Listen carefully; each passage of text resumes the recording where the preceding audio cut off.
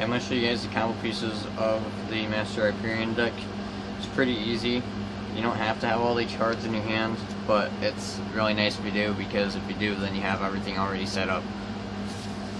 So how the combo goes is that first you'll have to normal summon. So you normal summon Agent of Creation. Either put it in your middle zone, which is like quote unquote your third zone, your fourth zone, or your second zone. So where the actual I'll call it link zones would be. The only thing that's very important is after you use her and you use her effect, which allows you to special summon a Mystical Shine Ball, and there's no once per turn, so you can do it three times in one turn if you really want to. That's a cost. So you can special summon either if she's in the fourth zone to here, second and or first and third. So you always want to have at least one of your zones open, and or if she's in the middle zone, then like that, or if she's in the second zone, like that. You always want to have at least one of your zones open, but for this sake, she'll just be like that. And then what you'll want to do is after this, you will want to take one of these guys and throw them away for your Link Spider and go off of wherever your open zone is. So you can take any of them, really, and put them right into your open zone for your Link zone. And then what you'll want to do is you'll want to either go for a Binary Sorcerer or a Proxy Dragon. Either one works as long as it uses these two Mystical Shine Balls. So what we'll do is we'll go into Binary and put her right under. So then let's go to the grave. And then what we'll want to do is after that, we will want to use this last one and your Link Spider. Throw those all into the grave to get your Underpock Taker. And then after that, you have exactly 4 white monsters. Well, don't do that yet. Actually, what you want to do is you want to use Master Hyperion's effect to banish her from the grave, special summon him, and then you can use Dimension from a different barrier, or actually to get more use out of it, you just use his effect right then and there, pop something while you banish one of those, and then play that, get these 2 back in, so you have exactly 4 again. And then you can use Christia, she gets special summoned, and when she gets special summoned you can add 1 to your hand, and now they cannot special summon at all. And also we have the Binary Sorcerer going on, so that if Christia needs help getting over something, or Master Hyperion needs help getting over something, they can half each other's attacks. And also, if we want to get something down, we can use Underclock Taker's effect onto Binary Sorcerer to cut whatever they have from 16 attack down, which is a lot, because, I mean, most monsters that are really big are like 3,000, so you do 16, and literally everything on this board can get over except for Underclock Taker.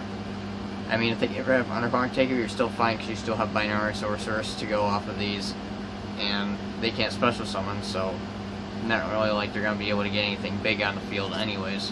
But then you end up with this in your hand, and then what you can do is either you can link off even more, or you can just keep this board right here. But this is a pretty good board. I mean, it's breakable, but it's not going to allow them to special summon.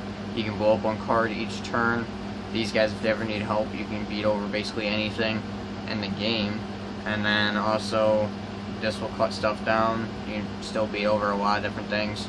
But yeah, it's basically one of the boards that you can make that's a pretty good board, and it's easy to get early game or late game. It really doesn't matter, because you can still use Master Hyperion's effect to just move stuff from graveyard to banishment, so you can keep on using whatever you need to get those things. And then all these cards for your extra deck monsters, really, if all this goes to shit, these are what these guys are for. So then eventually, say next turn you draw something, and you already have this in your hand. You draw, say, like, I don't know, anything really. Draw not Christian, they're fucked. But if you draw any of your tuners, so if you draw Effect Valor, if you draw Ash Blossom and Joy Spring, or if you draw one of your mystery, your Agent of Mystery, it's pretty good, because then you can go into any of your synchro plays. You can go either place him, and then you can go into like, I think you can go into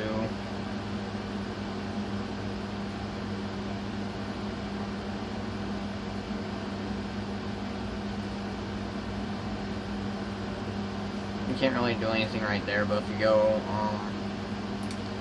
Agent of Mystery, you take this and either Master Hyperion, because you can get him back out later on, and or Christia, but basically Christia is your win factor.